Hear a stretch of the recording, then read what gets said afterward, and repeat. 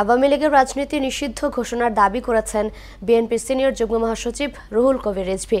আর দলের চেয়ারপারসনের উপদেষ্টা জয়নুল আবেদিন ফারুক অন্তর্বর্তী সরকারকে যৌক্তিক সময়ের মধ্যে নির্বাচনী রোডম্যাপ ঘোষণার আহ্বান জানিয়েছেন। সুরাইয়া মনির রিপোর্ট। জাতীয় প্রেস ক্লাবে এক আলোচনা সভায় বিএনপি চেয়ারপারসনের উপদেষ্টা জয়নুল আবেদিন ফারুক বলেন, অন্তর্বর্তী সরকারের প্রতি জনগণের অসন্তোষ না থাকলেও গত 2 মাসে তারা কিছুই সংস্কার করতে পারেনি। শেখ হাসিনা দেশের সকল সাংবিধানিক প্রতিষ্ঠানকে ধ্বংস ও জনগণের অর্থ চুরি করে বিদেশে পাচার করেছে বলে অভিযোগ করেন তিনি। বলেন, আওয়ামী লীগের প্রেতাত্মারা বর্তমান সরকারকে অস্থিতিশীল করার চক্রান্তে লিপ্ত।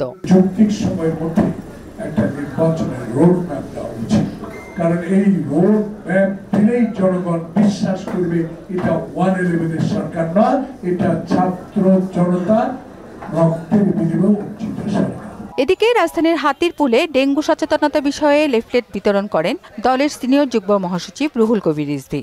সাংবাদিকদের তিনি বলেন, সরকারের কোন উপদেষ্টা যখন আওয়ামী লীগকে ঘর গোছানোর কথা বলেন তখন তা বিপজ্জনক বার্তা বহন করে। এখনো যারা গণতন্ত্রের সুফল ভোগ করেছেন, আন্দোলন এবং বিপ্লব জুলাই আগস্টের হয়ে অ্যাডভাইজার হচ্ছেন, বিভিন্ন পদে যাচ্ছেন, তারা যখন এই ধরনের বার্তা দেয় তখন এটা সাংঘাতিক ধরনের একটা মরণঘাতী বার্তা জনগণের সাথে দিচ্ছেন। তারা ঘর গোছাতে, আর যারা আন্দোলনে ছিল তাদেরকে বলছেন ঠ্যাং ভেঙে দিতে।